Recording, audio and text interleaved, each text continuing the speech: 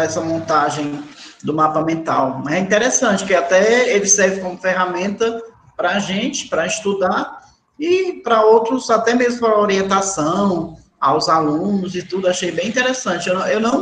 Eu sabia de uma outra estratégia de mapa mental.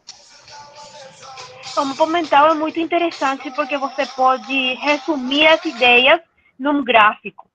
Isso é interessante para fazer com os alunos, para fazer os nossos próprios aprendizagens. Eu acho que é uma ferramenta muito útil. Obrigada pelo seu compartilhar. Agora nós vamos falar da nossa segunda aula de hoje. Depois dessa aula, nós vamos ter um trabalho colaborativo. Vocês já têm seus equipes formados? Já trabalharam em equipes nas aulas anteriores? Na disciplina anterior, nós tínhamos um grupo formado mais ou menos por 6 ou 7 alunos. Acho que nós fizemos 3 atividades em equipe. O pessoal já está meio se chegando, já está todo mundo juntinho fazendo o trabalho. Então, a gente já tem trabalho já de equipe formado. Isso é muito bom. Você pode continuar trabalhando com sua equipe. Tá bom. Nós vamos falar agora de paradigmas da metodologia de pesquisa na educação. Eu tratei de fazer a tradução das minhas slides. Se você encontra alguns erros, desculpe.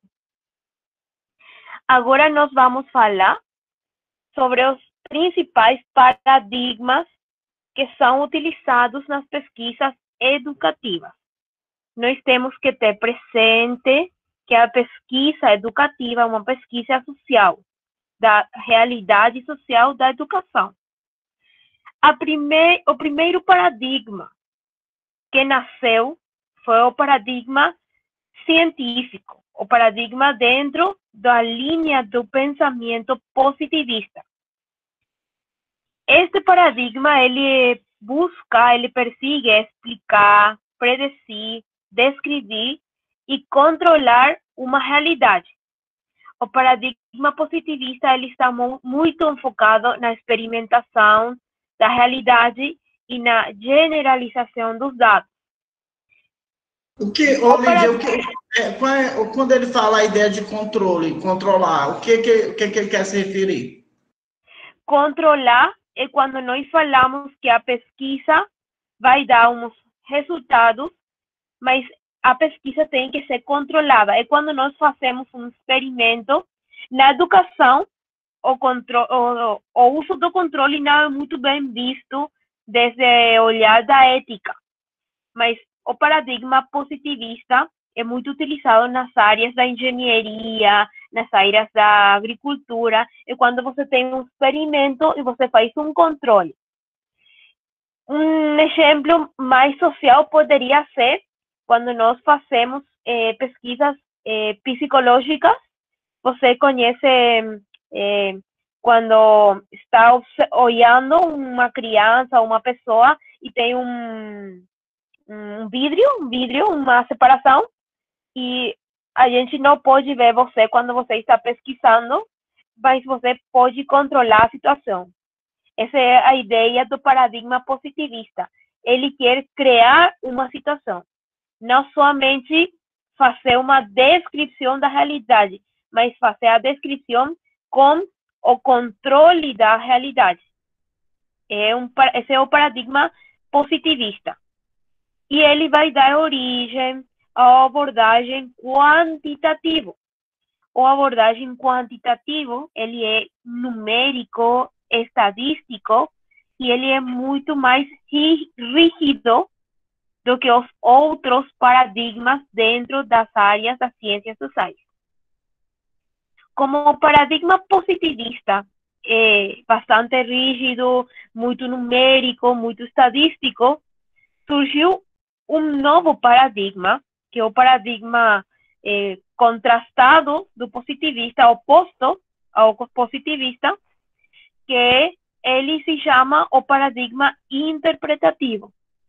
O paradigma interpretativo persegue a compreensão, compreender e interpretar a realidade como ela é, como ela existe, não como eu desejo que ela seja, mas como é. E o paradigma interpretativo vai originar a abordagem qualitativa, que será o nosso tema dessa aula, desta assinatura. Como o positivista e o interpretativo são opostos, nasce um novo paradigma lá por 1960, mais ou menos, que é o paradigma sociocrítico. O paradigma sociocrítico, ele utiliza as ferramentas do positivista e dos interpretativos para fazer uma transformação da realidade ou para fazer uma mudança. Um dos estudiosos do Brasil, que trabalha muito o paradigma sociocrítico, é o Freire, porque ele busca fazer pesquisa que consiga mudar a realidade, o que nós falamos também de pesquisa-ação. Quando estou fazendo uma ação para mudar a realidade, para transformar a realidade, eu vou recolher os dados das mudanças ou das intervenções para fazer essa transformação. Esse é o paradigma sociocrítico. É importante que nós podamos definir, nós podamos decidir também qual é a abordagem do nosso trabalho.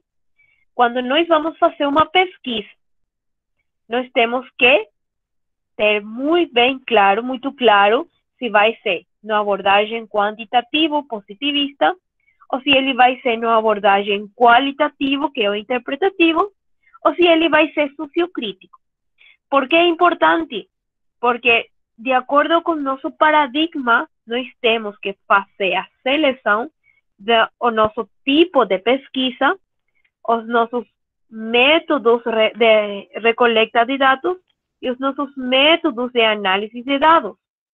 Porque se você faz uma pesquisa que é positivista, seus instrumentos têm que ser um questionário, tem que ser uma escala. E seus análises têm que ser estatísticos. E você tem que ter uma relação entre todas as partes metodológicas da sua pesquisa. Mas se sua abordagem é interpretativa, é qualitativa, você tem que ter um tipo de pesquisa dentro do interpretativo, que nós vamos falar disso amanhã. Você tem que ter os métodos de coleta de dados, que são mais de entrevista, de observação, de análise de conteúdo. E tem que ter uma análise que é mais narrativa. Dentro do paradigma qualitativo, a apresentação dos resultados, os dados são escritos, narrativos, não são feitos pelo gráficos. Essa é uma diferença que nós temos que ter presente quando vamos apresentar as nossas pesquisas.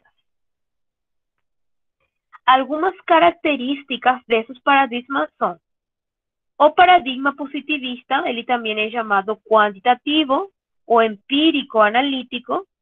Ele considera a realidade como uma realidade singular, uma realidade que poderia ser tangível. A finalidade das pesquisas nesse paradigma é conhecer, explicar a realidade, para, a partir dessa explicação, poder fazer uma predição. O paradigma positivista busca fazer uma generalização. Os meus resultados são estes nessa realidade, mas poderiam ser generalizados para uma realidade maior, característica do paradigma. Eles são considerados livres de valores, neutrais, subjetivos, é a característica do paradigma. E os critérios de qualidade desse paradigma é que a pesquisa tem que ter instrumentos, tem que ter ferramentas que tem que ser validadas, tem que ser fiáveis E a pesquisa tem que ter objetividade. Isso quer dizer que quando nós vamos fazer uma amostragem nessa pesquisa, a amostragem tem que ser estatística. Eu tenho que fazer uma fórmula estatística para identificar o número de pessoas que têm que ser sometidas a um questionário para que meu paradigma esteja corretamente feito dentro desse olhar. E os principais instrumentos de coleta de dados são os questionários e os análises são numéricos, são estadísticos. E a maior forma de apresentação dos meus dados no paradigma positivista são os gráficos, o que vocês conhecem como os principais gráficos estadísticos. Mas dentro do paradigma interpretativo, também chamado de paradigma qualitativo, o paradigma humanístico, o mais utilizado nas ciências sociais, considera uma realidade múltipla. A finalidade da pesquisa é compreender e interpretar os fenômenos sociais, e os problemas das pesquisas relacionam-se com necessidades sociais que são reais. É decir, dentro do paradigma interpretativo, a finalidade é interpretar um fenômeno social. Poderia ser o desejo de interpretar o fenômeno de deserção escolar.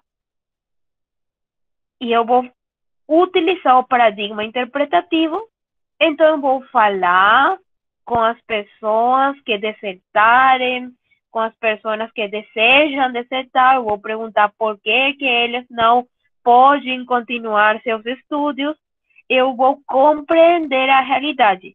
Eu não vou dar um valor numérico, mas eu vou dar uma explicação da realidade e dos fenômenos. No paradigma interpretativo, é influenciado pelos valores do pesquisador. É decir, se o pesquisador, para ele é importante a participação dos alunos no processo educativo, isso é considerado válido nessa pesquisa. Então, ele vai pesquisar sobre aquilo que ele considera que é bom, ou que ele considera que é importante. E os principais instrumentos de coleta de dados são as entrevistas, a observação, o análise da realidade em conteúdos. São muito analisados neste paradigma os PPP, os planejamentos pedagógicos, as organizações das aulas, desde o enfoque interpretativo. E depois nós temos o paradigma sociocrítico, que na educação ele é orientado à prática educativa, mas sobretudo a prática que faz mudança, que faz transformação. Sua principal finalidade é otimizar essa prática e também buscar impactar na política pública, na prática escolar. Dentro do paradigma sociocrítico, nós temos a investigação-ação, a investigação colaborativa, a investigação participativa e a investigação avaliativa, que são pesquisas onde eu vou fazer uma intervenção para lograr uma mudança ou uma melhora de uma realidade. São os três principais paradigmas. Mas toda a pesquisa tem um processo. Tem etapas do processo e tem ações que têm que ser feitas pelo pesquisador. A primeira etapa é a planificação da pesquisa. Eu vou tomar o que o colega Marcos diz e o outro colega também. Ele pensou, ele faz uma leitura, ele pensou como ele ia fazer seu mapa e ele vai fazer depois suas ideias que escreveu num papel na ferramenta informática. Na pesquisa é igual. O primeiro que nós temos que fazer é pensar, fazer um borrador, é planificar nossa pesquisa. E essa é a ação do pesquisador que nós chamamos elaborar o projeto. que será seu trabalho quando você vai apresentar a ideia da sua pesquisa final de mestre. Ou a principal, ou a primeira etapa do processo é a planificação. Depois é a etapa de fazer a pesquisa, que é quando o pesquisador vai recolher e vai analisar os dados. E depois é comunicar as conclusões da pesquisa, que é muito importante. Não tem sentido, não fica relevante fazer uma pesquisa se você não vai comunicar à sociedade as conclusões da sua pesquisa. Você tem que compartilhar quais são essas conclusões. E isso você tem que fazer uma redação de um informe, ou uma redação de um artigo científico, ou uma redação da tese, que é a última etapa do processo da pesquisa. Como nós identificamos os problemas, as situações que podem ser feitas numa pesquisa? Nós podemos decidir os temas das nossas pesquisas desde a nossa experiência em educação. Muitos de vocês são professores ou trabalham numa escola, ou são gestores ou administradores da área educativa, e sua experiência poderia ser uma determinante para definir um tema de pesquisa. Também, as teorias podem dar ideias de temas de pesquisa, ou pesquisas anteriores, quando você vai a uma palestra, você assiste uma palestra, quando você lê artigos, você pode ter ideias para fazer pesquisa. A observação da realidade é muito importante, assim como quando você fala com pessoas que são expertas, ou com outros professores, outros colegas, eles podem dar ideias para fazer pesquisa, e são prováveis origens de problemas ou temas de pesquisa. Quando nós vamos iniciar uma pesquisa, nós temos que fazer o que nós vamos falar de revisão da literatura. Nós temos que conhecer que o que existe no mundo sobre o tema que eu desejo pesquisar. É assim que eu tenho que fazer uma revisão conceitual, que é a revisão dos términos sobre o que eu desejo pesquisar. Se eu vou pesquisar sobre a deserção escolar, eu tenho que conhecer o conceito de deserção. Eu tenho, sim. Professora, deixa eu tirar uma dúvida. E quando a gente pretende desenvolver uma pesquisa e que não tem muito material de referências bibliográficas, o que a gente...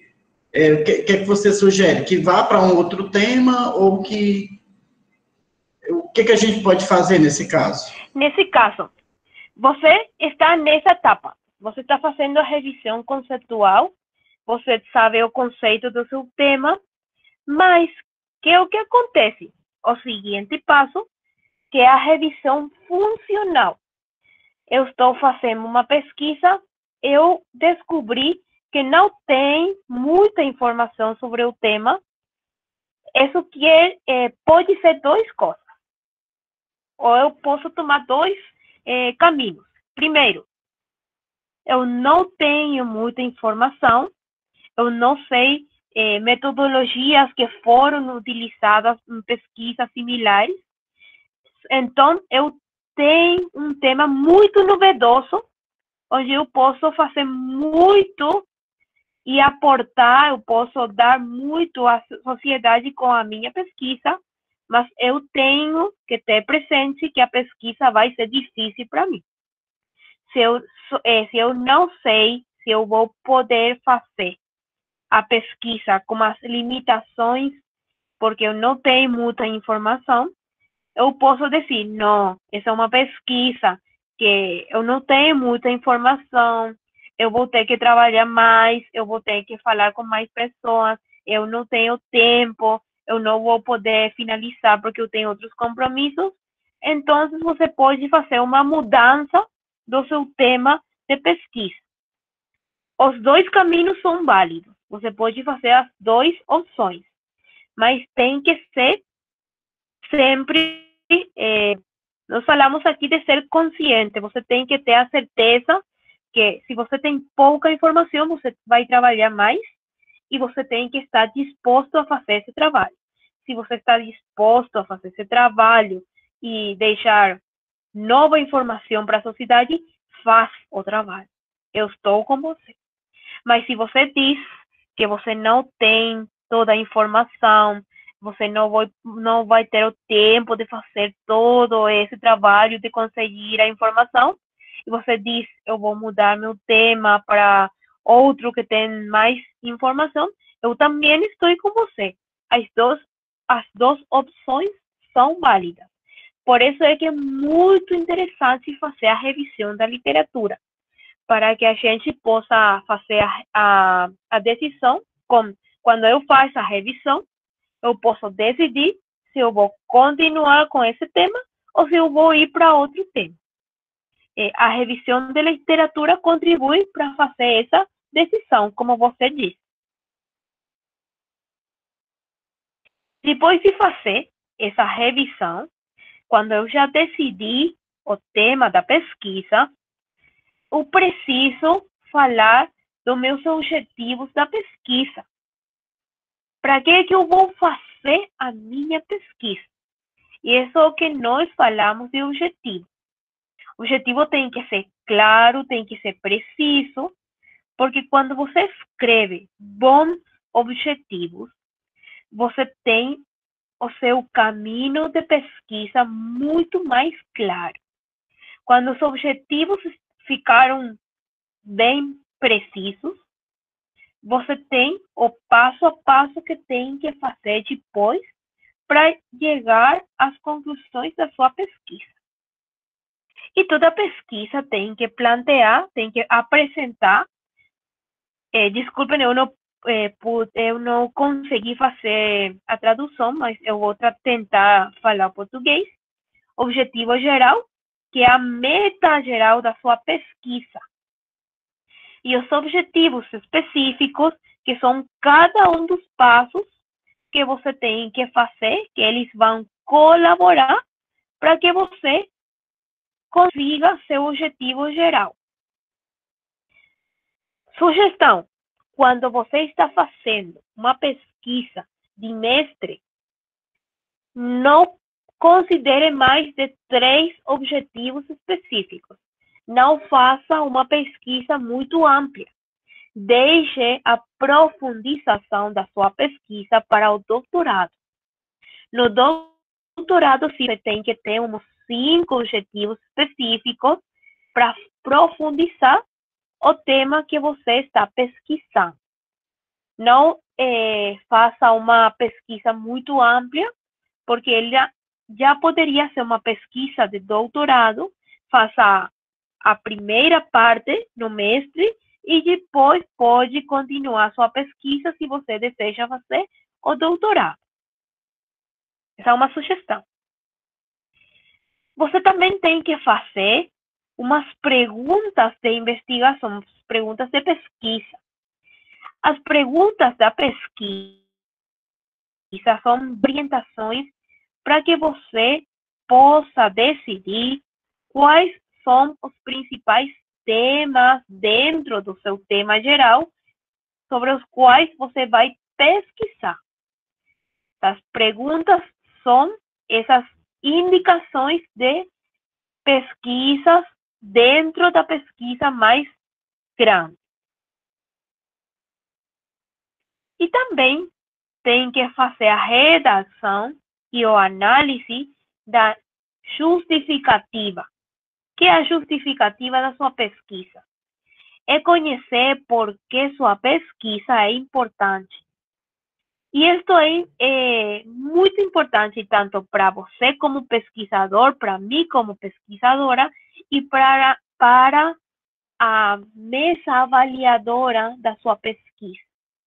Se você consegue descrever de maneira ótima, de maneira precisa, a importância da sua pesquisa, o porquê da sua pesquisa, como ele vai colaborar com a sociedade, a mesa avaliativa e você como pesquisador vai quedar muito mais seguro do seu tema.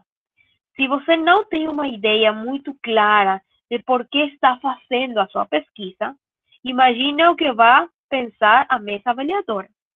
Você tem que fazer uma muito boa escrita sobre a justificação da sua pesquisa. E isso é um exercício. Não é que você vá dizer, eu vou pesquisar sobre o bullying na escola. E você escreve a justificativa e ela fica pronta. Não. Você tem que escrever, volver a ler, reescrever, refazer, volver a ler. É uma construção, tanto a justificativa como as perguntas e os objetivos. Você tem que se tomar o tempo para fazer uma escrita muito boa sobre a justificativa, os objetivos e as perguntas da sua pesquisa. Se você faz essa primeira parte do planejamento da sua pesquisa de uma maneira muito bem analisada, sua pesquisa vai ser muito mais fácil no momento da recolecção de dados, da coleta dos dados e depois com o análise dos dados. Que nós temos que também fazer uma decisão quando temos o tema da nossa pesquisa, as variáveis. Nós temos que identificar quais são as qualidades ou as características de pessoas ou elementos de estudo que nós vamos analisar.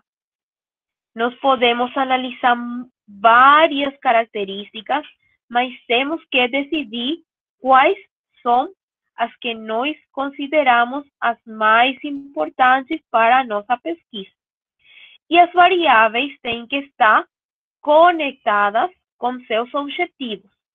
Eu não posso dizer, o meu objetivo é analisar o bullying na escola e depois uma das minhas variáveis é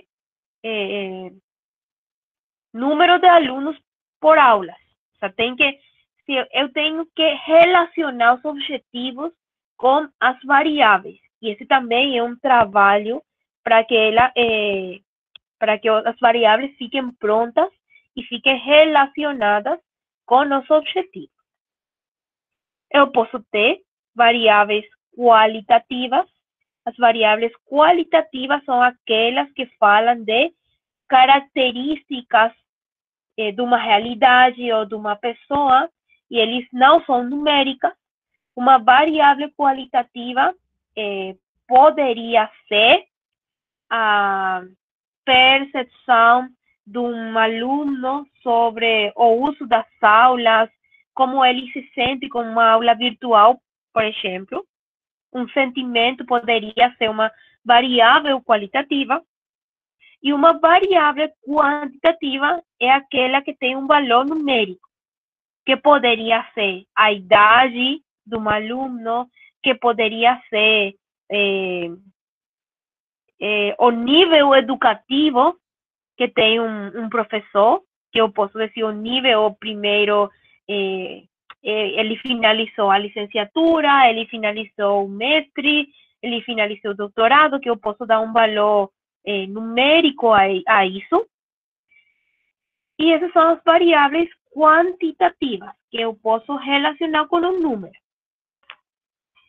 Eu tenho que fazer a definição das minhas variáveis de acordo com os meus objetivos de pesquisa.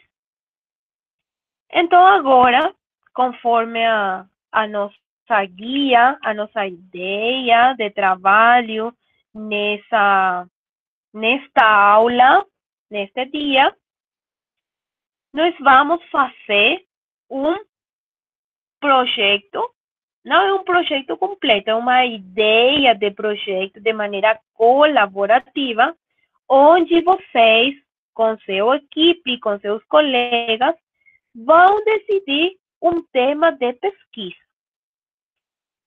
Não, não se peleiem, nós falamos de não pelear, né? Não briguem entre vocês.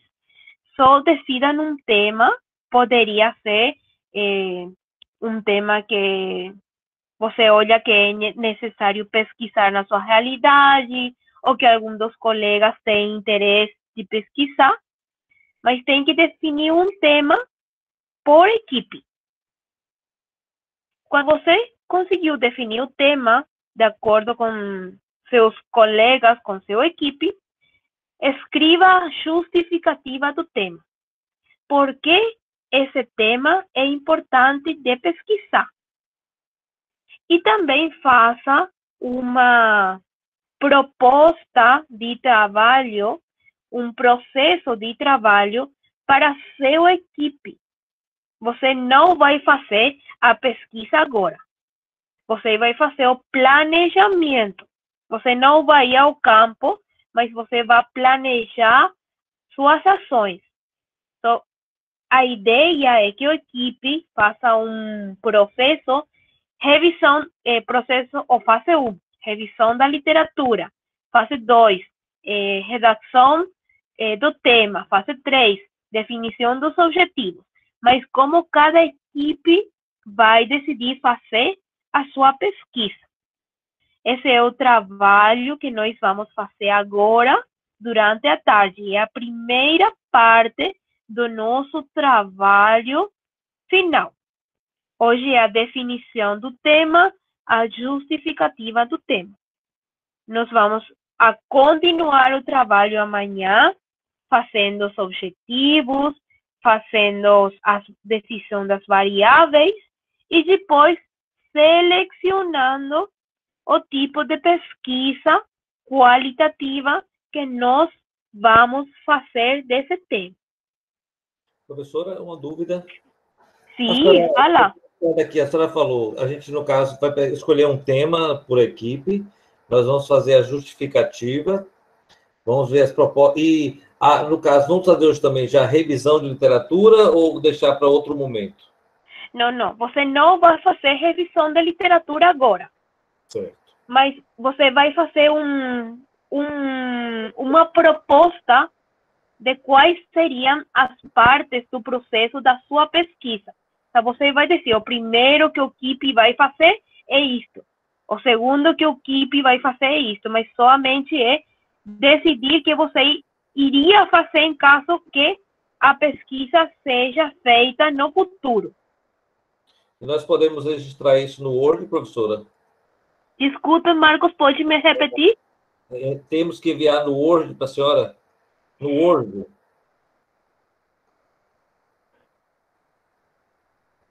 Desculpa, Marcos, eu não entendi a pergunta. Digitar no Word. Sim, já, eu entendi.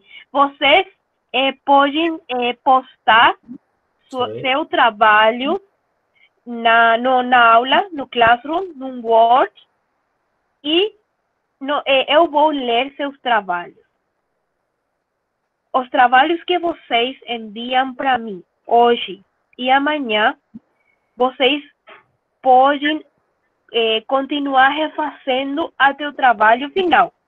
Okay. Mas eu gostaria que vocês enviem para mim seus trabalhos e eu vou poder dar umas sugestões para continuar o trabalho. Então, eu vou pedir você que posteiem seus trabalhos colaborativos em Word, na aula, no Classroom, com os nomes dos integrantes da equipe. Isso é importante, por favor, por gentileza, coloque os nomes dos seus colegas da equipe para que eu possa conhecê-los, quais são os integrantes da equipe e também qual é a sua ideia de pesquisa. E esse vai ser o trabalho de agora, colaborativo, durante a aula da tarde. Alguma dúvida, pessoal? Professora, boa tarde. Boa tarde. É o Romy Rodrigues. Alô, Romy. Professora, a senhora pode confirmar para mim o meu grupo? Qual é o grupo que eu vou ficar? Porque eu estava no grupo 3, mas houve um problema. Aí eu quero saber se eu vou ficar no grupo 3 ou no grupo 4. Nós falamos que vocês continuariam com seus equipes da assinatura anterior. Eu não sei quem são os integrantes das equipes. Então eu vou permanecer no grupo 3, né? Você pode permanecer com seus colegas no equipe 3. O Marcos diz que você pode. Ok. Tá bom. André. Alô, André.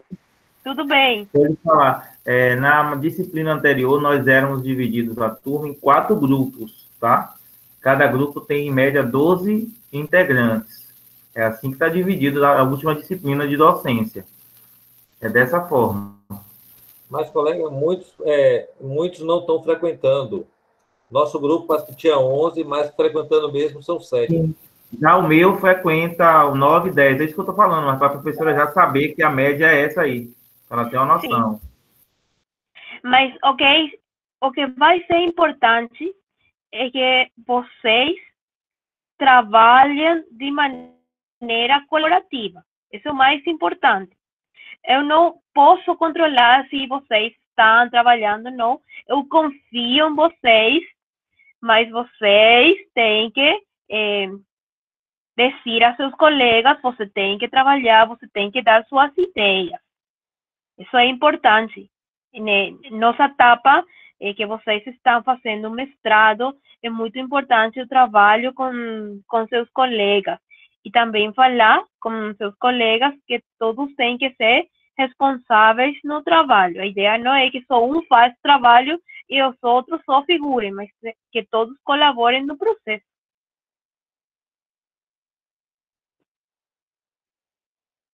Alguma outra dúvida?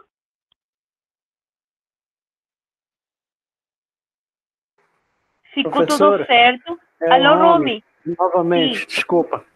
A senhora pode explicar novamente como é que a senhora quer esse projeto, esse planejamento, como você fala, um pouquinho mais? Tá bom? Tá bom. Vocês vão fazer um trabalho final que vai ser uma ideia, um projeto de uma pesquisa qualitativa. Esse trabalho final, vocês vão fazer hoje uma parte, amanhã outra parte, e vocês vão finalizar no sábado. A proposta de hoje é que com seus colegas você decida o seu tema, a justificativa do seu tema e os passos que vocês, como equipe, vão fazer para fazer a sua pesquisa no futuro. Esse é o trabalho de hoje. Amanhã você vai fazer a redação dos seus objetivos e das suas variáveis. E o sábado você vai decidir seu tipo de pesquisa. Esse vai ser o nosso trabalho durante estes 3 dias.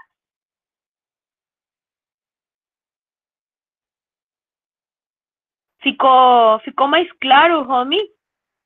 Ok, professor. Obrigado. De nada. Alguma outra dúvida? Professora, boa Alô? tarde. Boa tarde, João. Professora, só queria lhe informar que pela manhã eu não pude participar, né? A minha internet estava ruim, consegui entrar, mas aí depois caiu, aí pronto, não consegui mais. E hoje à tarde eu pude aí observar-me, né, e me inteirar um pouco das suas aulas aí, tá bom? Aí eu vou falar com o nosso grupo aí, ver o que a gente pode colaborar. Tá bom. É isso aí, pessoal, tá? Obrigado. Eu vou dizer também algo para vocês. Eu sei, eu sou consciente que a conectividade é uma problemática nos nossos dias.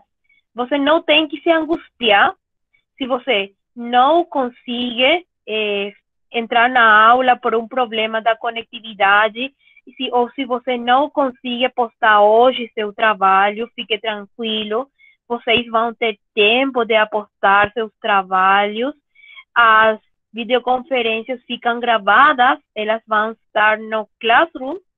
Você pode visibilizar depois também as nossas conferências, para que ninguém fique angustiado. A ideia é construir uma aprendizagem, fazer a aula da maneira mais útil possível para vocês e também utilizar o momento e passar um momento que nós estamos vivendo nessa realidade que é mundial. Então, não fique angustiado ninguém, que nós vamos fazer o melhor para a aprendizagem. Boa tarde, professora. Sou Josineide. Boa tarde. Alô, Josineide. Como também a situação da internet, eu estava sem conexão há 2 dias, completando hoje quase 3, e estava meio perdida, mas já me encontrei, tá, professora? Já realizei o trabalho que foi passado de manhã, já enviei para a senhora dar uma olhada, e agradeço pela atenção e colaboração de alguns colegas que a gente liga e pergunta, tá? Beijo no coração de todo mundo, desejo bom estudo, que a gente tenha bastante êxito, e vamos em frente. Obrigada. Obrigada a vocês também. Qualquer coisa você pode escrever na aula, você pode perguntar, eu vou estar respondendo vocês qualquer dúvida. Sim, muito grata. Professora? Sim. Cleurider. Cleurider. Isso. Tem uma guia de trabalho número 2. Lá tem mais informações sobre esse projeto que nós vamos começar a trabalhar? Sim. Ou é referente a outra atividade? Sim, você tem a guia completa do trabalho que você pode olhar, que serão todas as partes que vocês vão fazer nestes 3 dias. Você tem a guia completa também. Sim. Ok, professor. Na verdade, é só o início hoje, né? É só o início hoje. Ok. Obrigado, professora. De nada.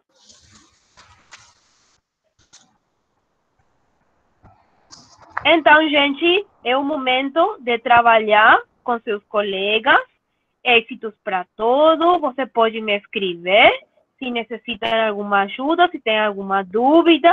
Você pode postar seus trabalhos, eu vou olhar eles, eu vou escrever vocês algumas sugestões ou recomendações. É muito êxito. Nos vemos amanhã às 8h30 de Paraguai, 9h30 de Brasil.